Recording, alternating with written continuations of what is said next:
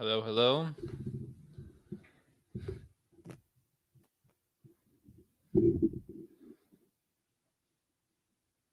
Hello, everyone. Just starting early here.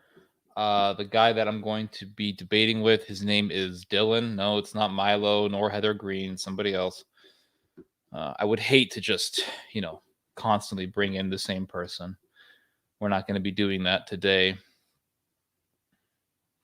I would just hate to bring in the same person over and over again. That would just be ridiculous.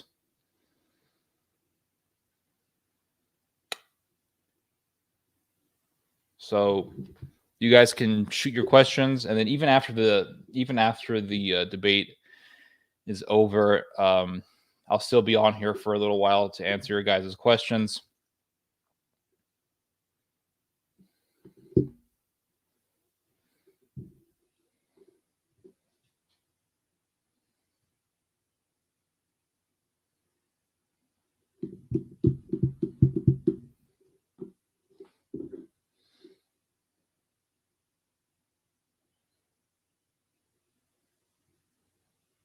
And he'll be the guy that I'm going to be debating, Dylan. He'll be up here shortly.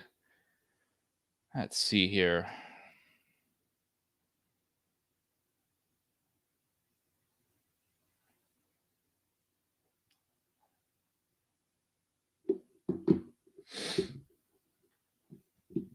So how are you guys doing? You guys enjoying your Sundays? Enjoying your afternoon, your evening? Be right back.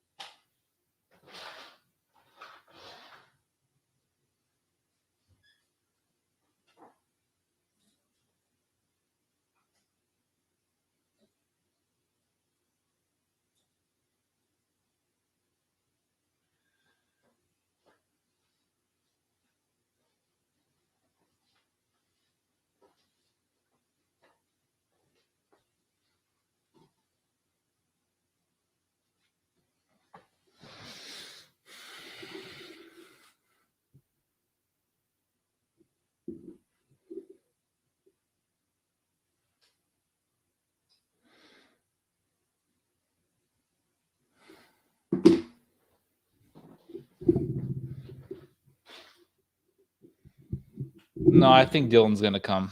We've been talking about it for a little bit now.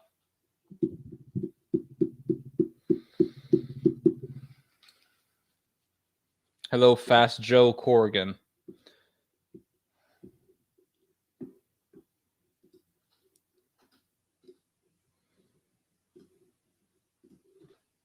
Hello, King Jesus 808. Hello, Christian Estrada. Hello, Joshua, Peter. Let's see. Hello, Matt.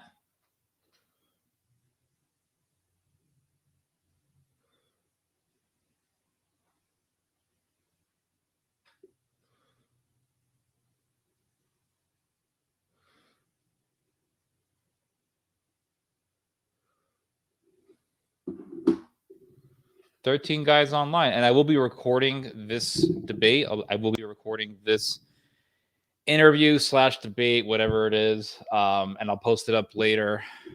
Oh, it looks like Dylan's on. Let me see here. Hey, Theo, can you hear me? Yes, I can hear you just fine. Let me ask the audience, can you guys hear him? Dylan, just say like 1, 2, 3 or something. 1, 2, 3. Can you guys hear him? I'm pretty sure they can, but yeah, okay. Yeah, they say they can hear you. Okay. Yeah, I can hear you perfectly. Excellent. All right, Dylan. How are you doing? I'm doing pretty good. How about yourself, Ted? I'm doing good.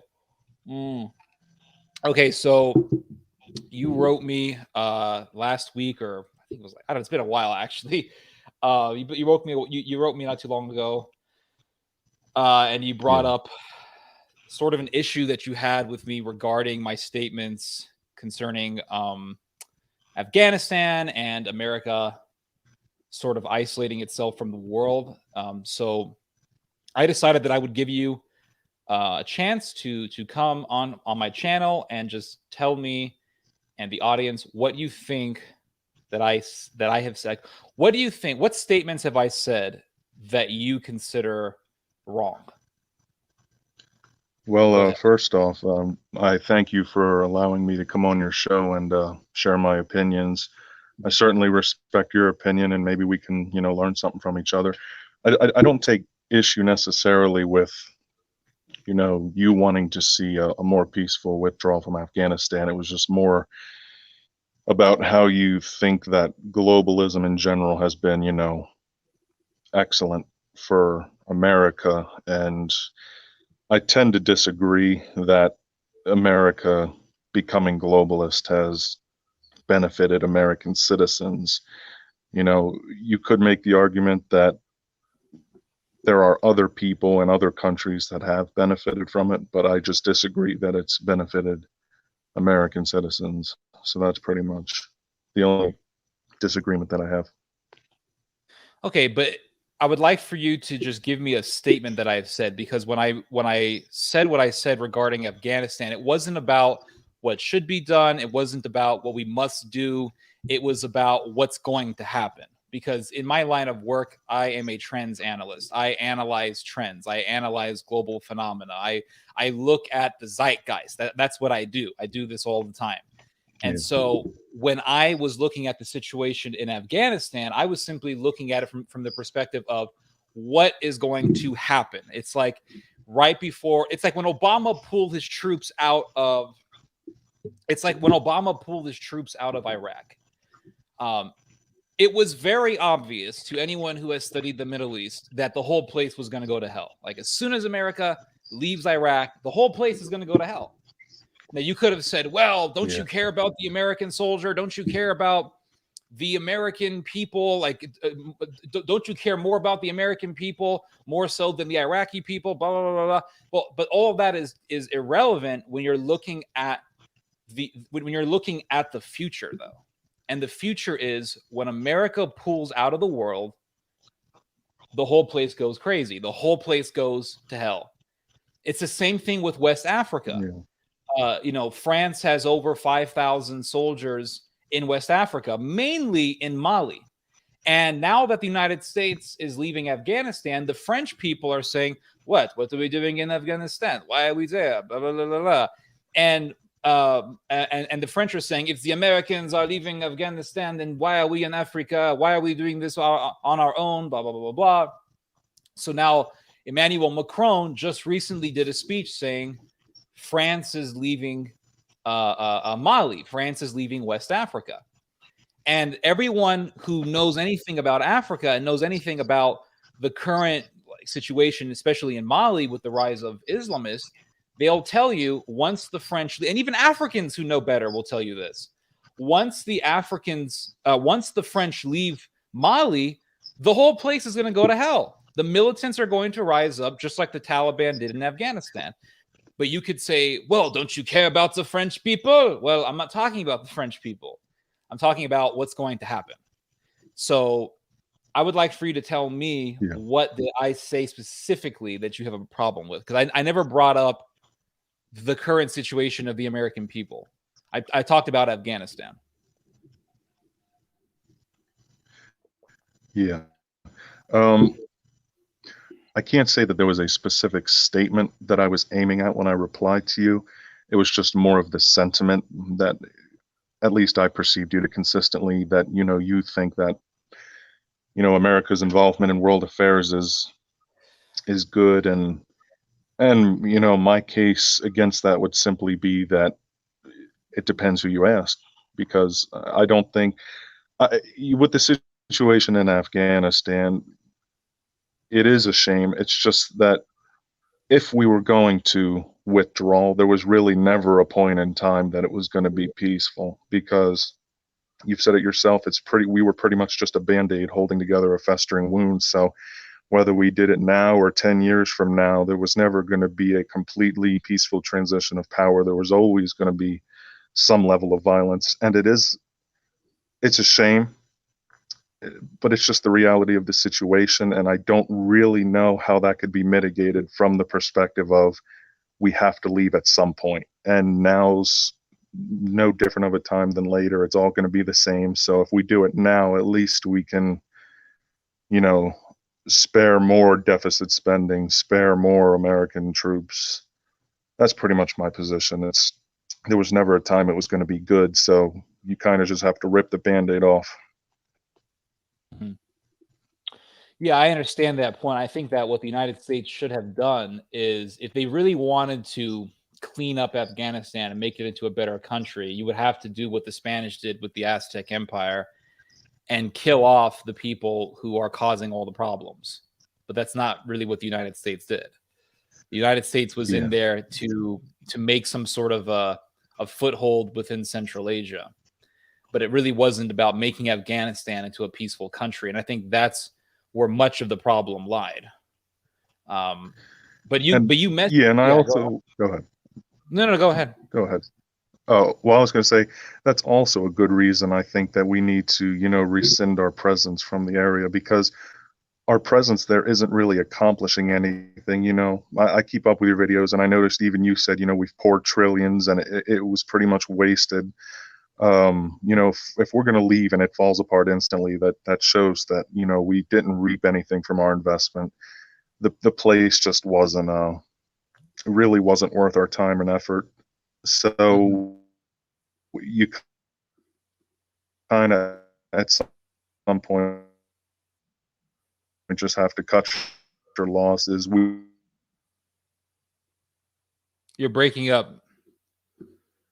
Hello? Hello? Hello, you were breaking up there. What did you say? Sorry. Hello? We lost them. Well, not much of a debate. We lost them. I don't know what happened to them.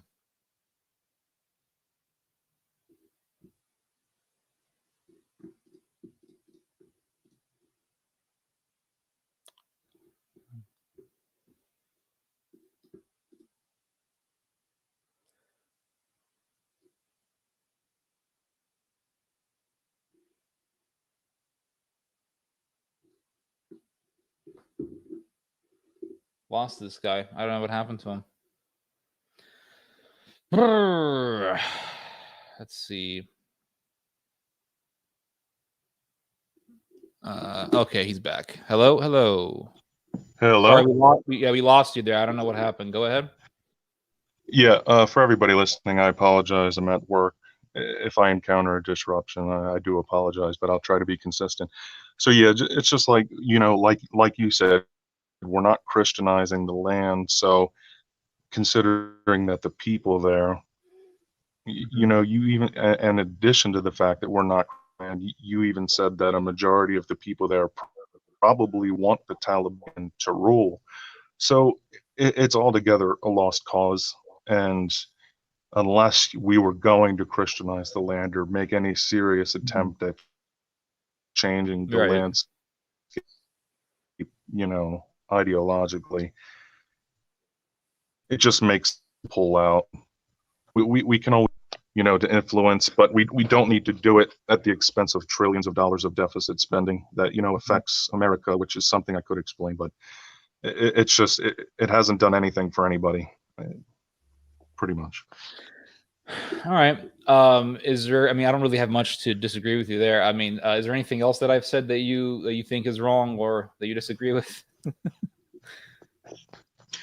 Well, no, just like I said, it was just more of the sentiment that I've been, hearing, that, you like America being the global empire, and you think that it's done more good than bad. And well, I've never said that's how I perceived it. That's all.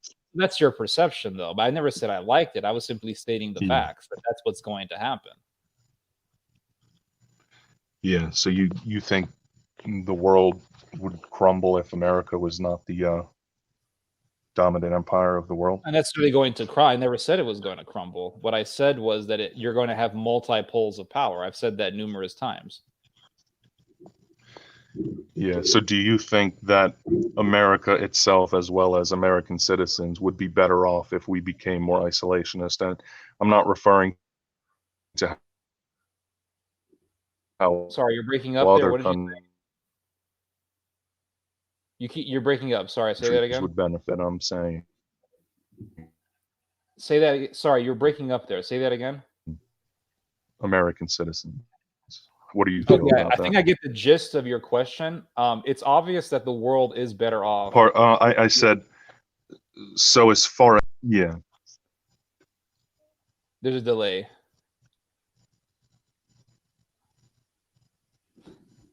Hello? Yeah. Can you hear me? Yeah. So your question is what again? Sorry. It's all right. My question is, do you think that as far as America becoming more isolation, Okay, you're breaking up like hardcore right now. that is better for the American citizens? Do you think? But I never really talked about the American citizen. I never really talked about American foreign policy in relation to the citizen. What I simply stated was that once you have, like, as long as you have America or the American empire maintaining its global security umbrella, the world, for the most part, is going to be in order. That's pretty much what I was saying. I never brought up the American worker, never brought up the how it affects the average American. But I think that you want to I get the feeling that you want to like spark a debate about that. I guess then if that's it, then on that alone. I mean, do you think that the world is No, like no, better off? Go ahead. no, not necessarily. I just kind of, and maybe it was just wrong for me to perceive it the way I did. I could have been wrong the way I perceived it. I just Okay. thought that Well, you were I'll just making okay. the argument that globalism I mean, was yeah. good.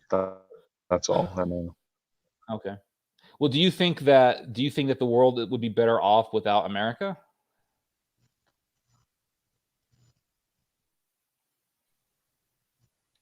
Hello, hello. I think I lost them. Hello. Connection is bad. Hello.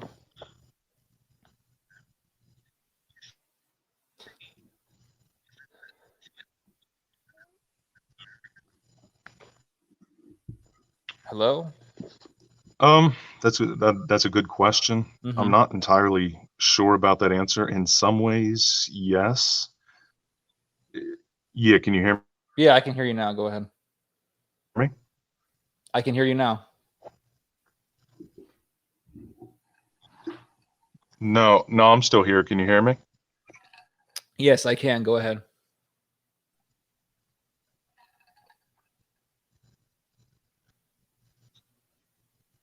Can you hear me? Yeah, go ahead. I can hear you.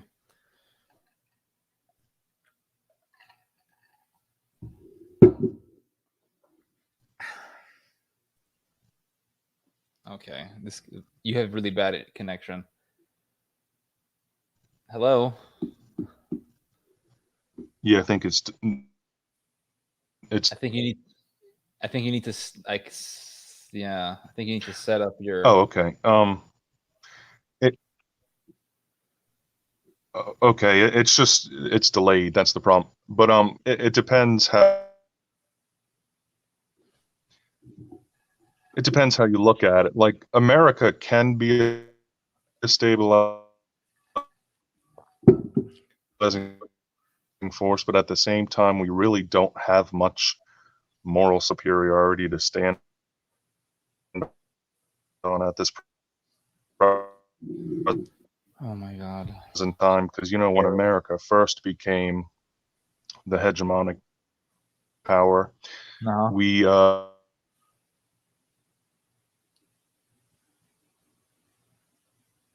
him. Okay, you're breaking up really bad. Okay, we lost him. I don't know. This guy, his connection is really bad. I think he's like walking around as he's talking, and it ruins the connection. You have to just stand in one spot.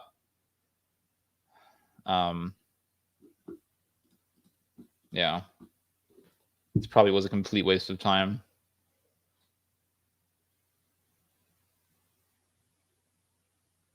Hello?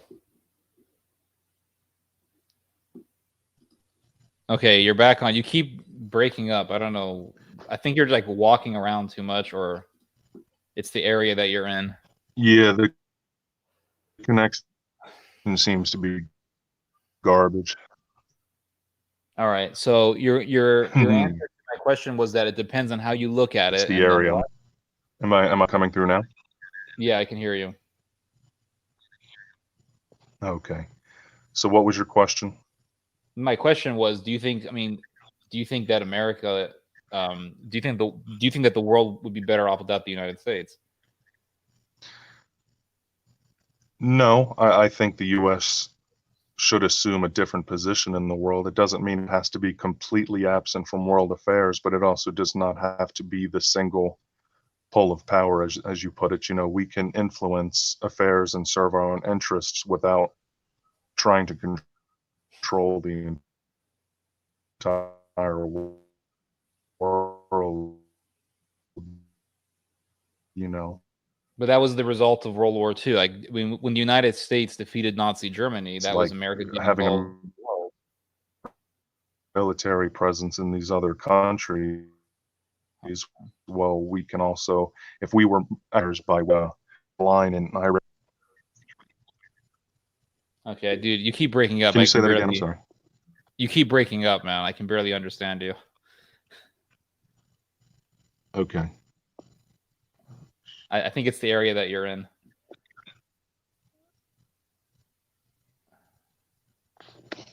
Hello, hello. Okay, I think I'm done. I think we're good. I think we're done. I think I'm done with this. This was a waste of time. Forget about airing this. This is a complete waste of time. Sorry to waste y'all's time. I guess I don't know. Hold on. I think I'm done, dude. This is complete waste of time.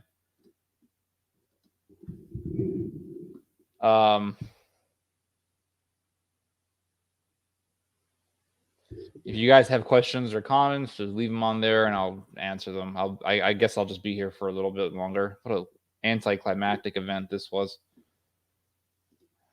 I'm gonna tell this dude, don't worry about it.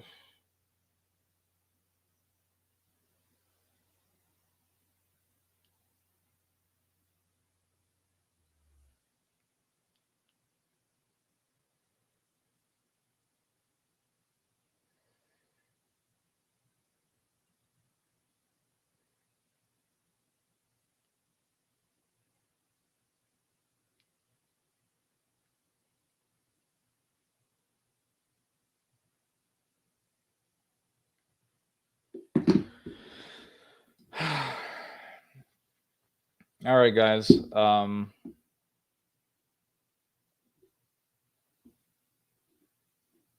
right, what you guys? If you guys have any questions, comments,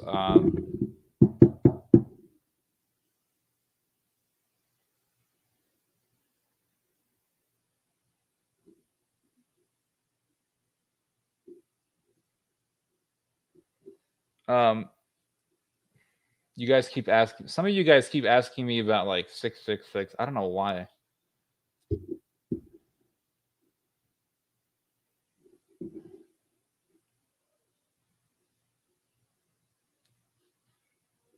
That dude's connection was just bad. I don't know why people like write me. Like this. Okay, this guy wrote me with this long ass message about why he thought that I was some kind of a globalist. So I said, okay, dude, like, how will you just come on my channel and we can have a debate on it? And I mean, it took him a while. He was like, well, am I going to show my face? And if you're going to write me, be prepared to have a debate with me, bottom line.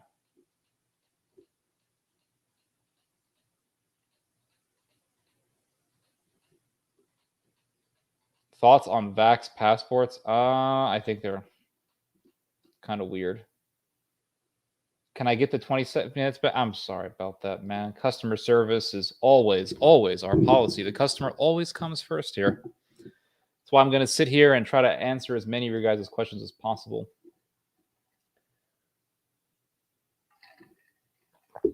I was thinking of designing a flag by which all apostolic succession Christians can all identify by. What is your opinion? I don't know.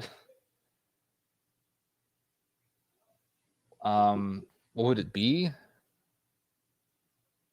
I mean, I could think of a design, but I don't know how relevant it would be. I don't think anybody would follow it. Why do you, Kasha, why do you have Sunday night anxiety? Do you play video games? Yes, I do. Absolutely. Ask me anything. Yep. Ask me anything. Go ahead. But this guy was talking about how like globalization destroys wages or something. So I took the time to actually research that topic. Why don't you have Jay Dyer on, dude? I don't care. I don't know why. What are we gonna talk about? Every time I get on this freaking channel, there's always one sectarian who wants to start a freaking Sabra and Shatila massacre on this channel. I'm going to say this again. I do not give a shit about Catholic Orthodox differences. Don't care. Don't give a shit. I can talk about geopolitics myself, dude. If Jay Dyer wants to come on here and talk about geopolitics, he can write me. It's like the guy who wrote me not too long ago, asking me about, you should bring in Frank Turek. It's like, if Frank Turek wants to come on here, he can ask me. People can write me. I'm not a difficult person to find. I do not like inviting people unless they write me first. If they write me, I might be a douchebag, but at least I'm not the type of person who's like kowtowing to people and kissing people's asses. I'd rather be a douchebag than an ass kisser. I'll just put it that way. Oh, would you get on my channel? No, like the dude who just came on, he wrote me. He wrote me with his disagreements. I said, okay. I'd rather be a jerk than an ass kisser. I'd rather be a jerk than an ass kisser. Oh, would you come on my channel? Oh. Do you know what that means? That means, oh, I need you, help me. You're such a jerk. You're such a jerk. Oh my God. Go talk to him then. People just come on here and they're like, why don't you bring this person on? I don't care. I don't care. I don't invite people on unless they write me. That is my policy. Bring this person on. Ooh. It's like, oh my gosh, dude. Let me drop some black pills on the industry of speaking and things like that. If you invite somebody on, that means you need them. You need them for ratings. That means you need them for views. That means you need them for all these things. I bring the lowest IQ people. Okay, Orthodox or Death. Why don't you get on my channel right now? Get on my channel right now. You're a high IQ person. Show me how high your IQ is. Go ahead. It's like, bring somebody from Bakersfield right on. Absolutely, man. If you're from Bakersfield, though, there's an exception for you.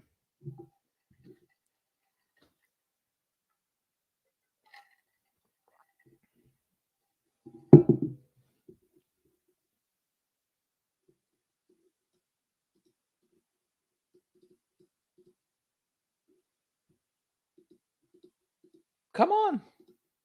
I don't know what you want to argue with me about, because I don't really give a shit about your Orthodox obsession. I really don't care about that subject. So I don't know what you want to debate me, but if you want to come on and,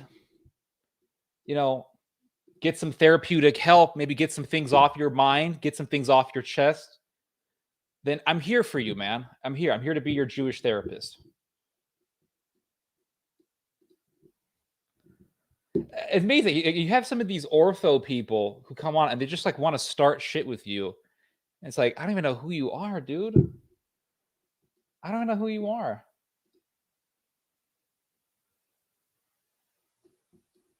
Listen to Heather Green. She tried this before. It didn't work. Oh God, I don't know where we're heading to. This was supposed to be a debate. This guy had a book-long message he sent me. He could have actually had a debate with me. Instead, his connection was garbage and it just didn't work out. What is your ethnicity? Ethnicity. I am a Euro-Semite.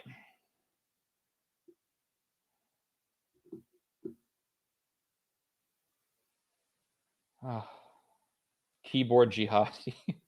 At least the jihadis have more honor than these people.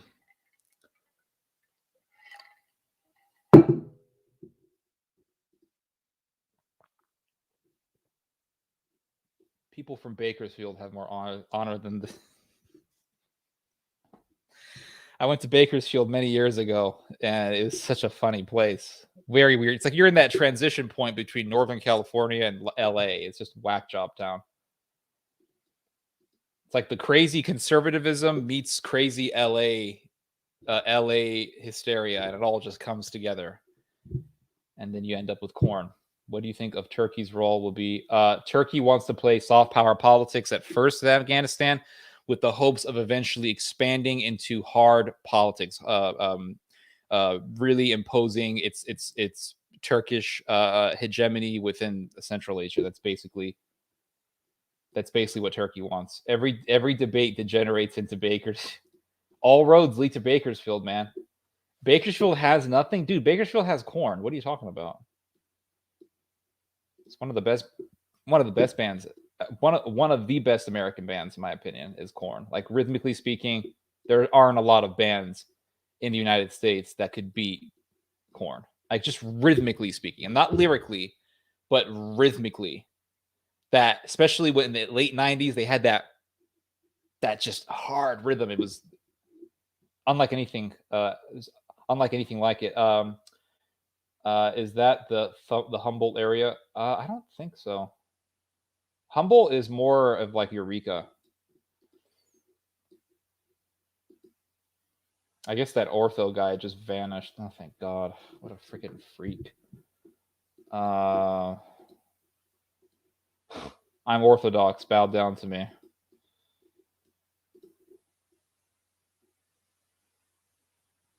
Iowa has corn. Yeah, so does Ohio. Mr. Bungle hails from Eureka. Damn, that explains why they sound like they're on drugs all the time. Eureka is one of the pothead smoking capitals of the earth.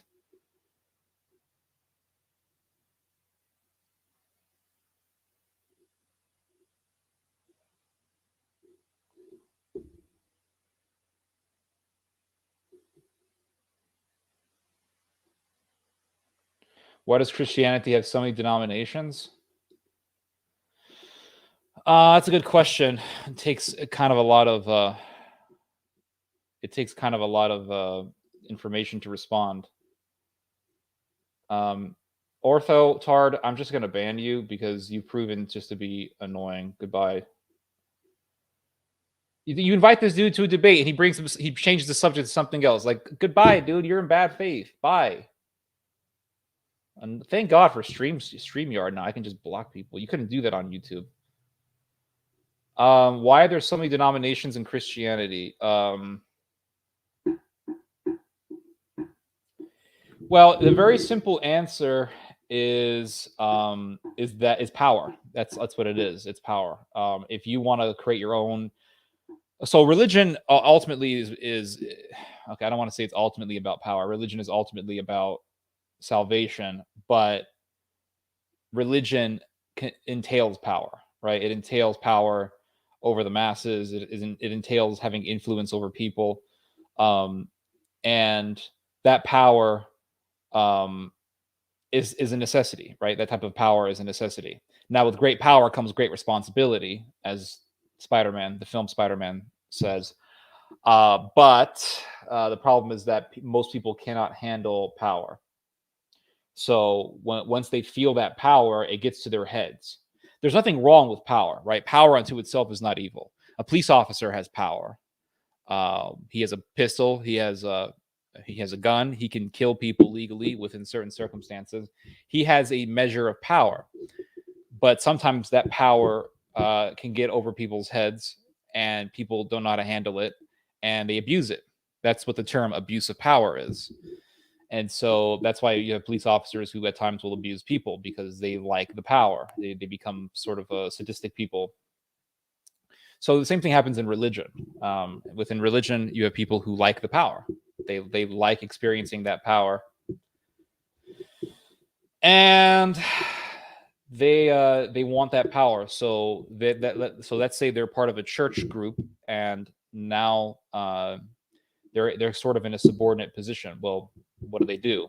They go out and they create their own church again. So then you have like Uncle Bob's church in Santa Rosa, and that guy wants to experience his own power. I mean, this is really what it comes down to. Hope that answers your question. Turkic horse searcher Hanete, are you from Central Asia? Where are you from? Uzbekistan? Nuclear bomb countries: China 320, Pakistan 170. Okay, yeah, we know Pakistan has nuclear weapons. America 5,400 nukes. Okay, what's your point, Mr. Turkman? Is this a Turkish troll? From where are you from? Turkey? Or are you from Bulgaria, Uzbekistan? Where are you from? Uncle Bob's church, boy. Man, the same thing happened last time. I was supposed to debate this Jimmy dude, and he never popped up. And it's like I had all this like pent up energy that was just being completely on lockdown, and I couldn't use it. And the same thing happened just now. I was supposed to debate this dude. I was getting prepared for it, and then he comes over, Mr. Nice Guy, and it's like, what happened? Romans 16, appeal to you, brothers, to watch out for those who cause divisions. Yep. And the people who cause divisions, they're all about power. They're all about power. Heather Green, I never said they took drugs. I said they sound like they're on drugs. Their music isn't that good. Mr. Bungle's music is not that good, in my opinion. It is of bad taste. If you want to dispute that, that is fine. But I, for one, have never really noticed the appeal. It just does not fit for my taste. I've tried to ask you for 2 streams now. Please, have you ever read? Oh, okay. We're back to this meme now.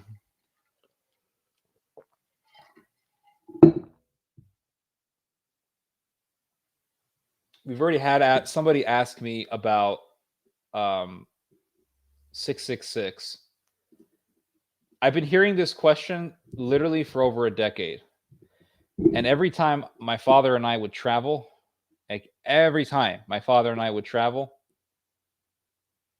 there was at least 5 people who would ask about 666.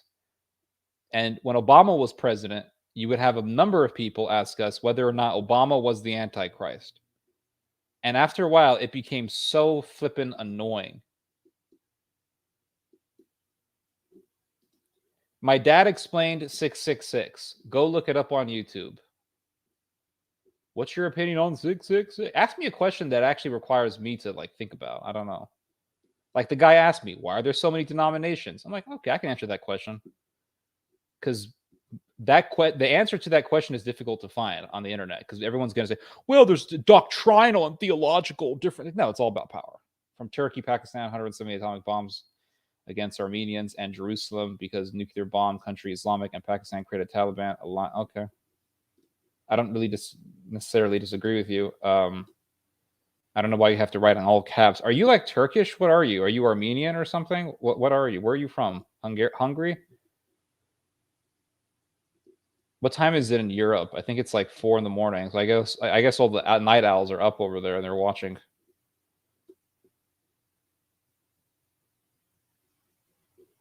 So what do you guys want to talk about on the Sunday afternoon?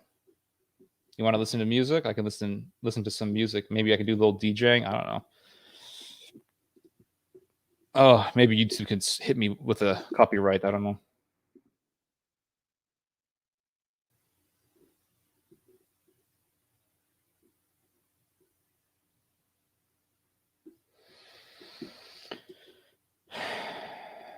322. What's 322?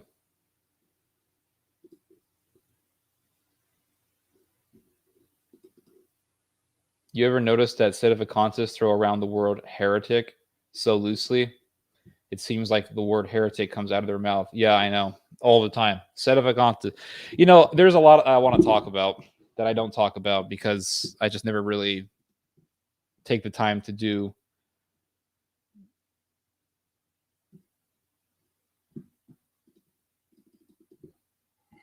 Okay. You know what? Let's talk about music. What makes a song good? Man, what makes a song good, in my opinion, is rhythm and that feeling of falling. There's a rhythm, there's like an explosion of sound, and then there's a feeling that comes on, and it gives you the sense that your soul is falling, like, but then it picks back up. It's like a roller coaster. Music, a good song has to have structure, you know, it has to have structure. And it needs to have a balance of dissonance and consonance. So dissonance, so consonance is like the harmony. It's the harmony, right? It's that beautiful harmony. But then the dissonance comes in, and the dissonance is kind of, it sounds kind of ugly. It sounds a little bit chaotic. It sounds a little bit disjointed. It sounds a little bit asymmetrical. But it's there for a purpose. And the purpose of that chaos, that moment of chaos, is to get you to appreciate beauty. It's to get you to appreciate the harmony that you just heard. So you hear a harmony, you hear that beauty, you hear a harmony, you're like, oh, that sounds kind of ugly. Man, I wish it can go back sounding like what it was before. Right? You want to hear that harmony. And then it comes back. You see? That's that free falling. And then it picks up again. And it comes back. And they are some, I'm going to take these headphones off because there's no reason for me to have them. Man, I don't know if I could play music up on here. I guess I can. I don't know why not.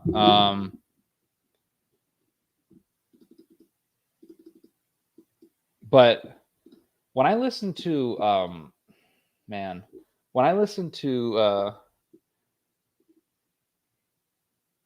like boomer music, a lot of it is just so annoying. There's just one song. It's something I think it was by a guy. His last name is Cohen. Hold on, I gotta edit. I'm gonna edit this thing because this was not a debate.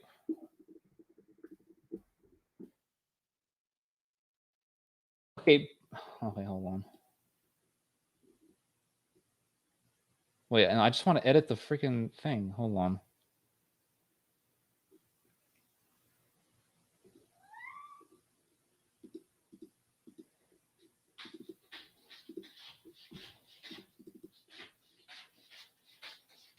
Eli Cohen, Hallelujah. Hold on, my cat wants to get out.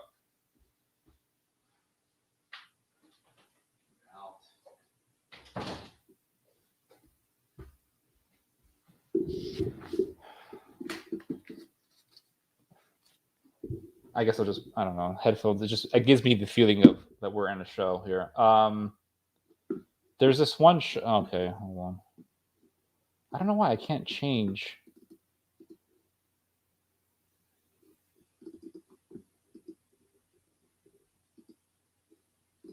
Okay. Leonard Cohen. Thank you, Heather. Leonard Cohen.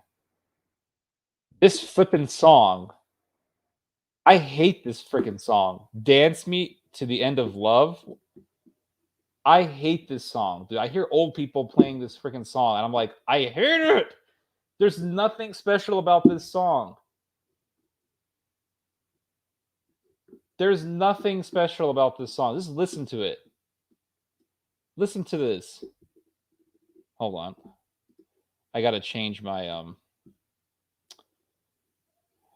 I gotta change my audio settings on this. Hold on. This song is so boring. Listen to that. Doesn't that sound weak? I don't know. To me, it just sounds weak.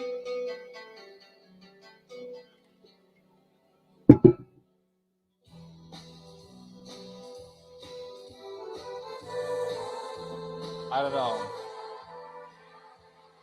I don't like it.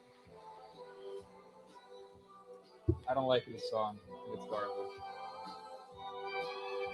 I think it's garbage. I don't think YouTube strike it down because I'm just playing a little bit. I'm not going to play the whole thing. And plus, I'm giving commentary on the song. I think it's garbage. Heather Green recommends walking in Memphis. Let's try this out. Is this who would walk in Memphis though? I don't know. You want to walk in the city of Memphis? I sure as hell don't. Mark Cohen. And it's Cohn. You may pronounce that as Cone. It's Cohen, everybody. 3 strikes is a ban. That music, it sucks, this music. Okay, I'm going to give this song a try. Mark Cohen, Walking in Memphis. Let's give this a try, guys. Not bad with the piano in the beginning. Put on my blue suede shoes. Not bad. Boarded the plane. Touchdown in the land of the Delta Blues. In the middle of the pouring rain. It's okay. WC, honey, won't you look down over me? Follow him up to the... Getting some late 80s vibes to it. It's not bad. You used to like the Doors? I never liked the Doors. It's just kind of, I don't know, kind of creepy for me. They have this one song. The Doors has this one song. It's something like, "This is the End." And they have like an Indian sitar in the beginning, which sounds good. The sitar in the beginning sounds good, but man, the song just spirals into just maniacal craziness. And the guy's talking about like killing his parents. It's so wacky.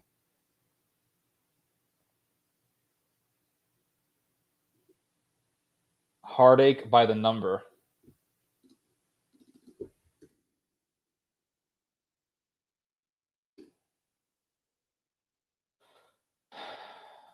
Fallout New Vegas. Okay, let's try this out.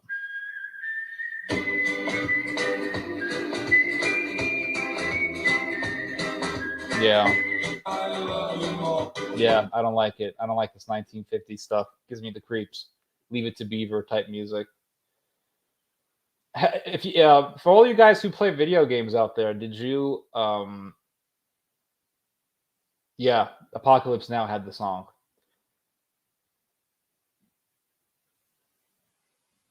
The Doors is some demonic music, man. For all of you guys who play video games out there, have any of you guys ever played the game Outlast? That is a creepy ass game. I never played it, but I watched some clips on YouTube. There's a character in the video game whose name is Eddie Gluskin, I think his name is. Okay, just to give you guys some context. The game is about a guy who is investigating a crazy house, and he's stuck in the crazy house, right? He can't get out. And he's investigating it. So he got a little camera on, and like almost the entire game, everything is dark. And the only way that you can see things is through the video camera. The little video camera lens has a light on it, and so it allows you to see things. And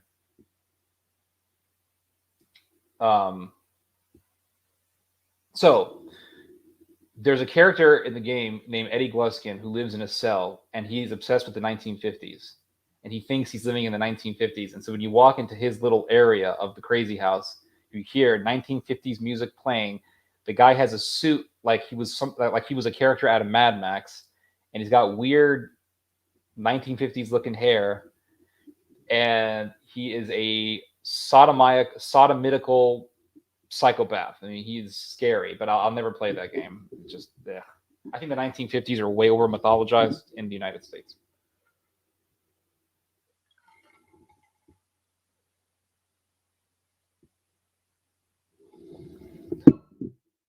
Kasha, you think you were possessed by demons? Or maybe you were influenced by them. It's rare to be possessed, but it's common for people to be influenced by them.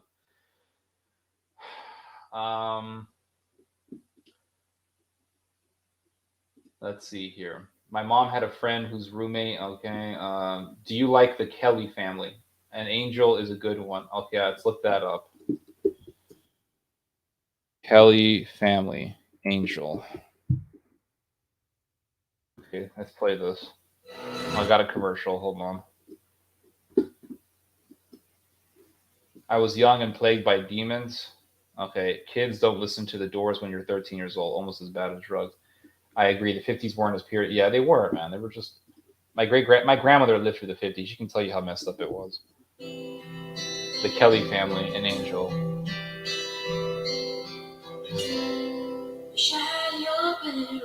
Yeah, yeah. I don't like it. It's just. I can tell by the beginning it's soft. Game that will do everything it takes to make it harder for you to escape. That game is so freaky. I'll never play it though. I watched a good chunk of it on YouTube. It's like, man, how can people play that? It's so weird, that game, but it's creepy though. It does a good job in actually scaring you. Ever see the movie Dales and Tucker versus Evil? No, I have not. Is it good?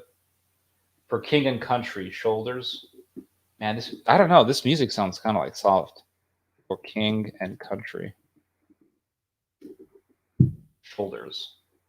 Well, this came out 6 years ago, so I'm up for a real surprise.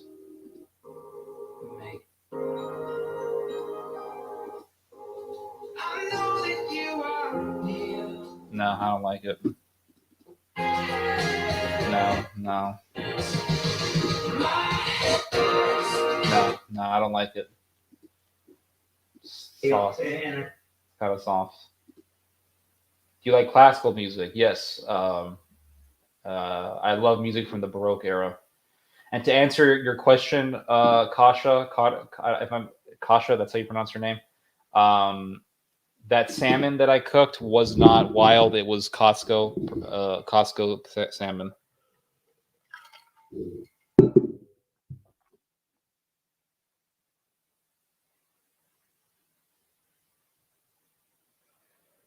Um, okay.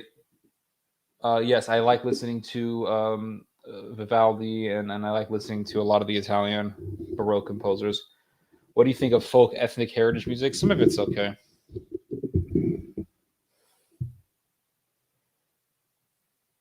Listen to Elgar and Sibelius. I like listening to music that's very just boom. It's like Vivaldi. Four Seasons. It's just boom, hits you. It has different dimensions of harmony, different dimensions of sound. That's what I like. Have you ever heard of the old movie? Yeah, the movie Old. I never watched it. It looks kind of comical. I don't know. It doesn't look that good. It doesn't look that good. Do you like Christian rap? No, I don't. Are you into any classic rock? If I'm like installing tile or something, or if I'm doing like some long ass grueling physical chore, I mean, I'll just put the radio on and they'll play some, street lights or something like that. Yeah, just let it play. But do I actually go out of my way to listen to this music? Not really. Mozart's Requiem, yeah, absolutely. Bryson Gray, I have no idea who that is.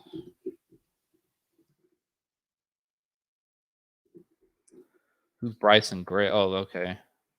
Oh, this dude. Yes. He's a black guy who loves Trump. Yep. A lot of folk metal has those Nazis. Yep, I know.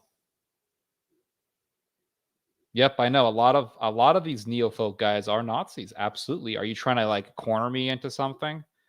Um they are Nazis. I've said this before. They are Nazis who are very good at making rhythm. They are communists who are very good at making rhythm. Yes, rhythmically speaking, a lot of the ethno music type is really good. It's not all Nazi. Some of it is just like people from Tuvan in Russia who just love doing throat singing, and that sounds really good. Electric Light Orchestra, no. I never heard of it. Leonard Skinner, never got into that. I never got into Leonard Skinner, man. They never got into that stuff. I got into Korn. I got into Nickelback. I got into Linkin Park. I got into Creed, Three Doors Down. I got into what's that one song? Wasting My Time. Who Default. That's such a great song. Wasting My Time by Default. Such a good song. The worst music I listen to is reggaeton. I have to agree with you. Reggaeton is complete garbage. I hate that crap. The Offspring. I've not heard of them. Wasting my time. Yeah. Oh, the kids aren't right. Yeah, yeah. I remember this song. Yeah, it was okay. Ted is into the harpsichord. Dude, I love harpsichord music. French harpsichord, excellent. Marin Marais, the master of the viola, excellent composer. There was a French harpsichord player. What was his name? He's such a good composer.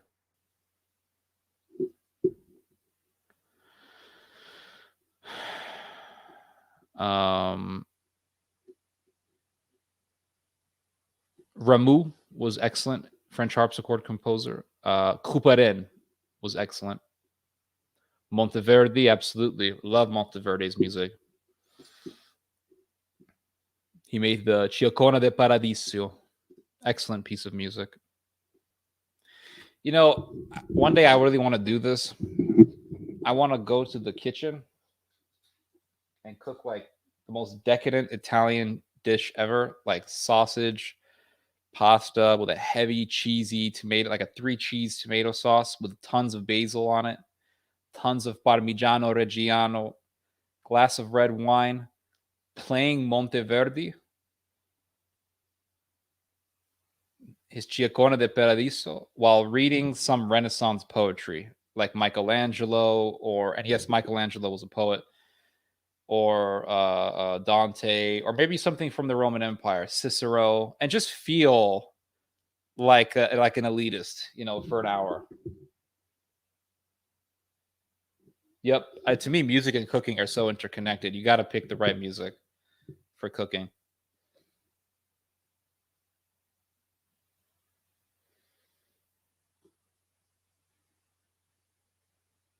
Almost time for a hot pocket. That's real Italian food, man.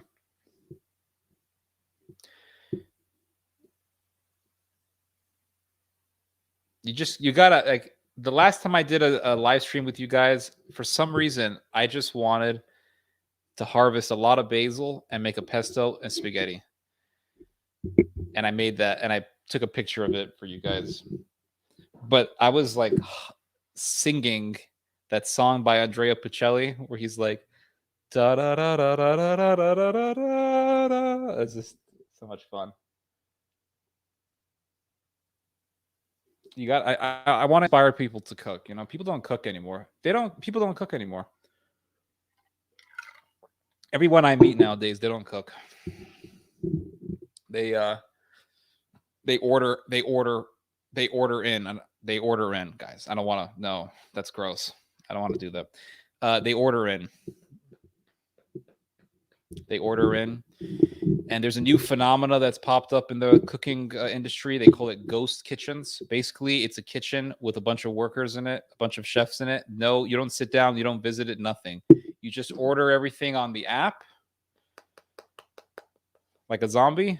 You hit a button, and then the food comes to your house. That, my friends, is crazy to me. But that's just the world that we're coming to, And nobody wants to cook anymore. Everybody's lazy or too tired. Nobody wants to cook.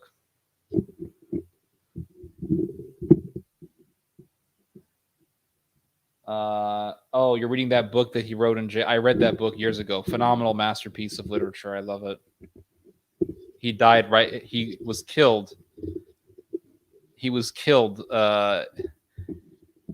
He was killed around the time he wrote the part He was killed not too long after he wrote his commentary on the betrayal of Christ, and he never got a chance to write on the death of Christ because he himself died. It's almost like he emulated the suffering of Christ. It's really beautiful. Working 6 days, 12-hour shifts is, yeah, I understand that, dude. But people even people back in the day cooked, you know.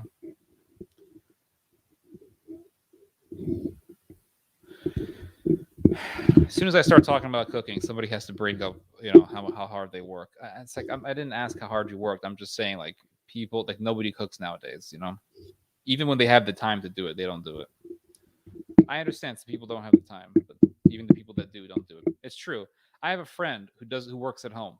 Okay, works at home, has all the time to cook, doesn't do it.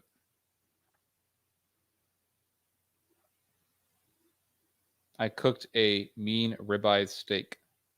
That sounds delicious. What's a dish you recommend cooking for a lady friend? Like a girlfriend or just like a girl who's your friend? Because if it's your girlfriend, then you want to make something nice.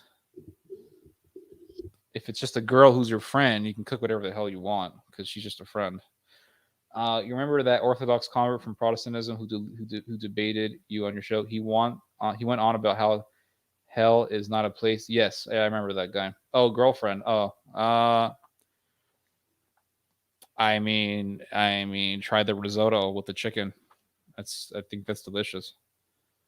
To me, it's the cleaning after cooking. Oh yes, I know. That's a big pain in the ass. Back in the hot pocket. Hot pocket. Back to the hot pocket. Yeah, I mean, yeah, I have a whole bunch of videos on my Facebook of me cooking. I mean, you try the risotto with the chicken. You could try the lasagna. You could do all sorts of things. Shrimp Alfredo. Alfredo sauce is really good. I never really got into shrimp though.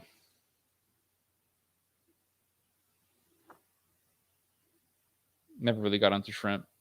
Shrimp is you're basically eating an insect. You're eating like a cockroach, you know, that's been boiled. It's kind of gross.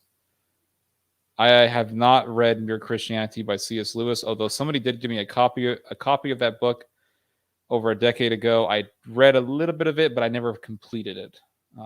But yeah. Have any of you guys ever read The Lord of the Rings? Italians, they don't make Alfredo sauce. Like, they don't make Alfredo sauce, okay? But in Italy, they make a sauce with that's similar to Alfredo sauce. So it's basically, in Italy, what they'll do is they'll make a sauce that consists of butter, a little pasta water to thicken it and to emulsify it with, and then a lot of cheese. And they mix that with a pasta. It's like Alfredo sauce, but it's probably not as rich. I think what happened was when the Italians came to the US, people just demanded for more heavier food and they adapted.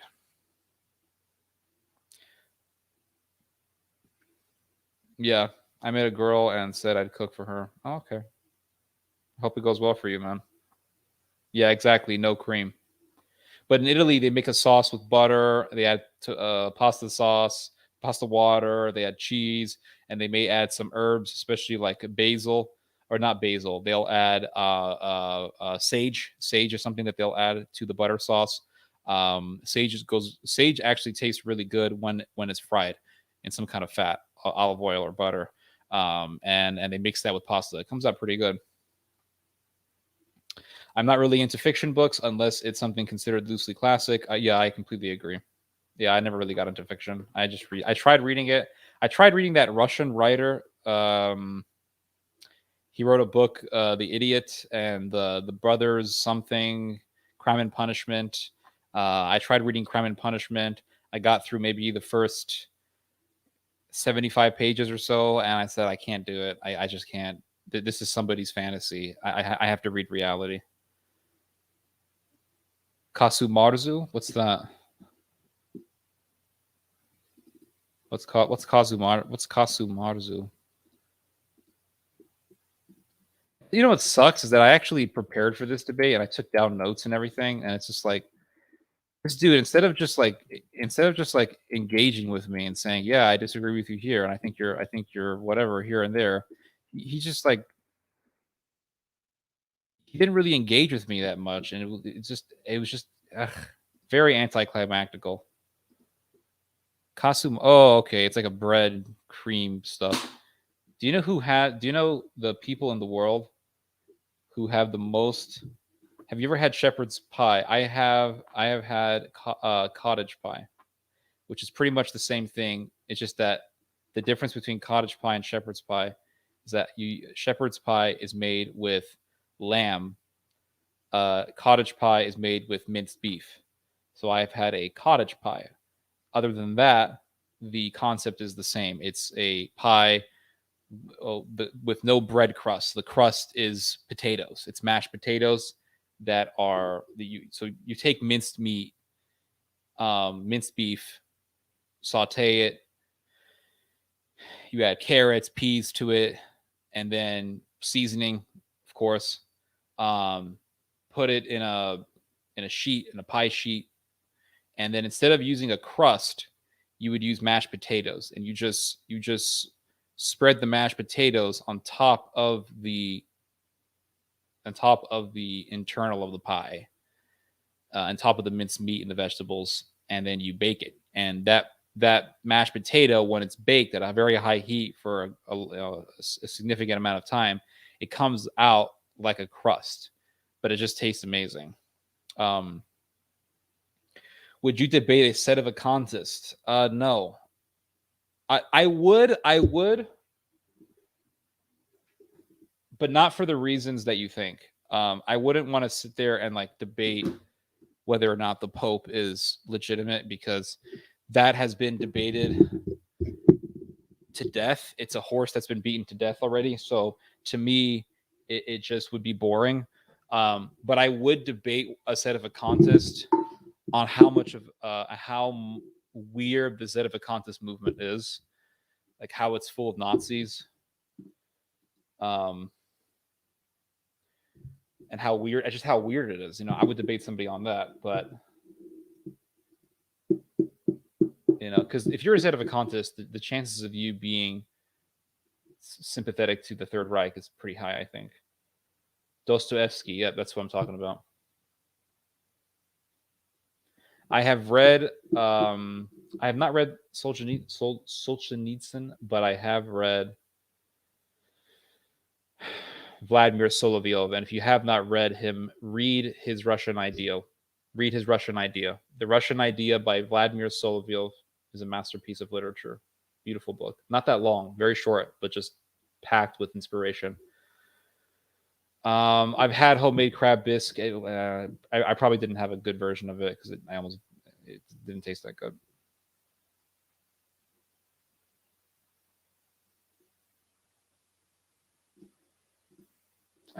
Third industrial revolution coming with artificial intelligence. Yeah, it's already here, man. Automation. The thing is that a lot of the conservatives who talk about how globalization is destroying wages or how immigration is ruining wages, what they don't realize is that if you remove that cheap labor, because big corporations, they're looking for ways to pay. They want to find a way to avoid paying the American low wage worker. That's what these big corporations want to do.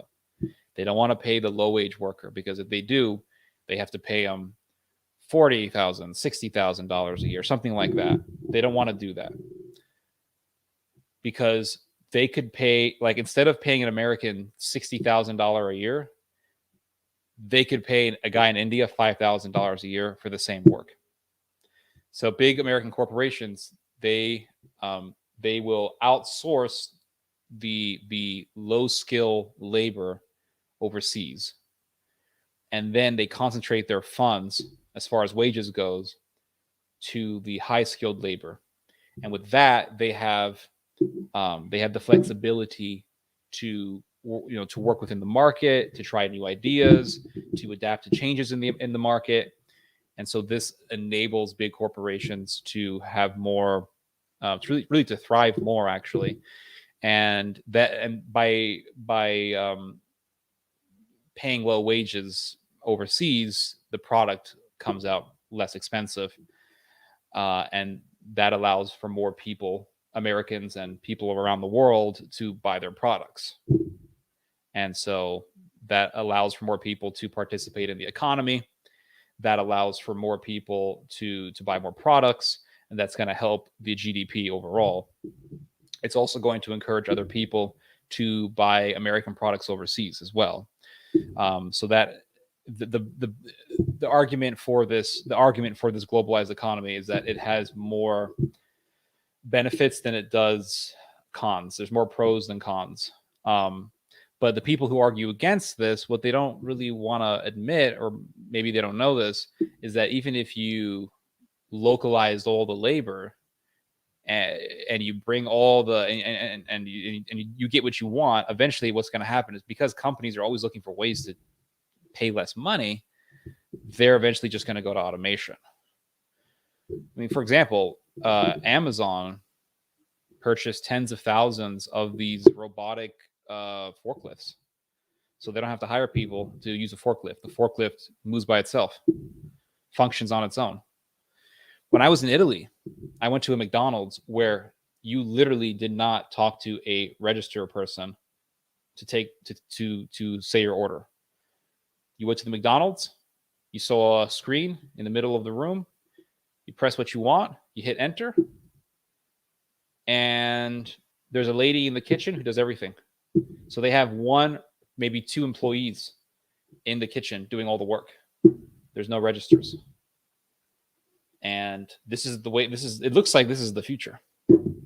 So no matter what, companies are going to find ways to get around having to pay people, getting around to having to pay low skilled labor. And they're going to find ways to spend the least amount of money as possible on employees, on labor. It's just a sad reality, you know?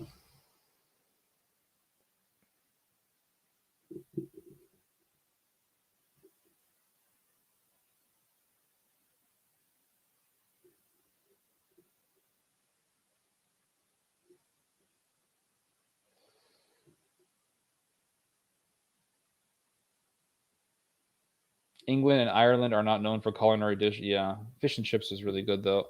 Is there anyone well known that you would like to debate because of they are deceiving people? It's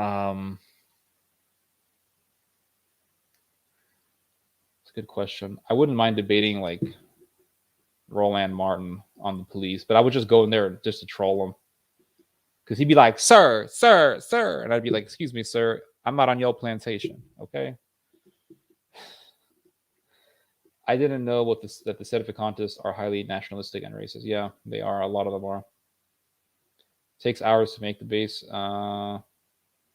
Human robots are here. Those fault, no one that I know of. Ireland had some great pub grub, as they call. Yeah, I know. Fish and chips and beans and sausage. Unions kill corporations. Medical and other benefits are too expensive. Doesn't make it right, as it denies workers a proper living wage.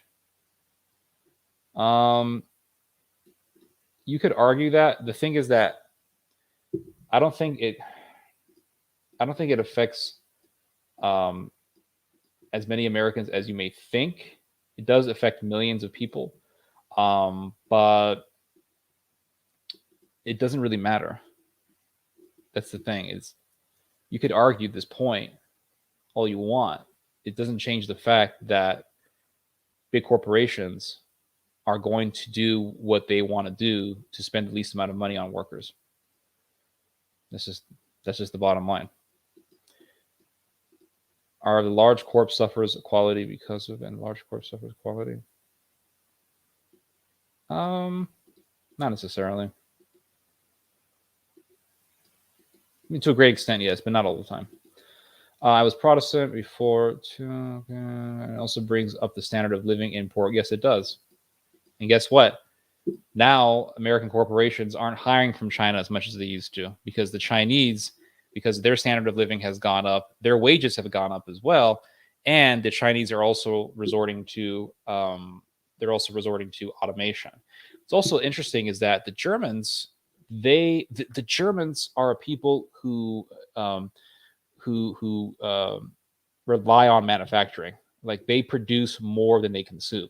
So the German economy, it lives on exports. It lives off exporting its products, its power tools, its machinery to the rest of the world. And so they are uh, Germany is a manufacturing powerhouse, and even Germany, a country that hires Germans to do manufacturing jobs, even Germany has lost a lot of its labor to automation, because big companies in Germany have been resorting to automation. So it doesn't matter really, because it's like the train has already been set, you know?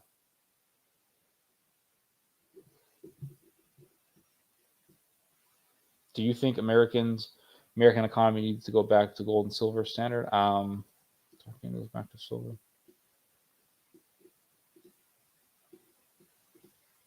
I don't know. I'm not really. I'm not that educated on the subject to make a conclusion.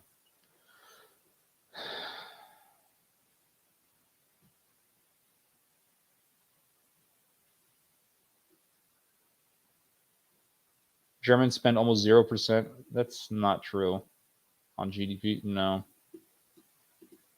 they're actually working on increasing it. They want to make it 3%. I think Trump said make it 7% or something. It's like Trump was really trying to get the German power back. Corporatism is why we've become precarious, to where people don't have the proper mental stability to be worked to death. And this one, it also affects healthcare.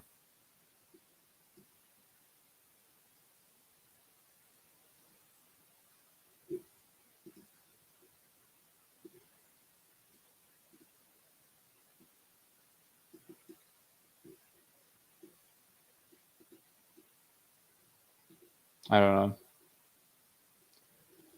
I think there's truth to what you're saying about that. But the fact is that your problem is not with the government. Your problem is with big corporations.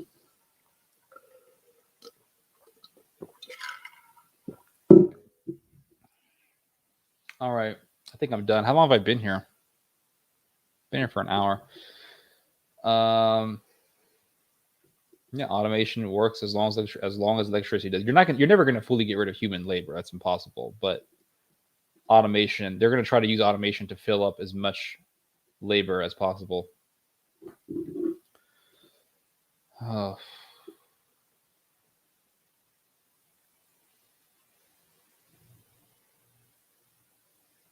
Anyway. Anyway, guys, I'll talk to y'all later. God bless. Bye bye.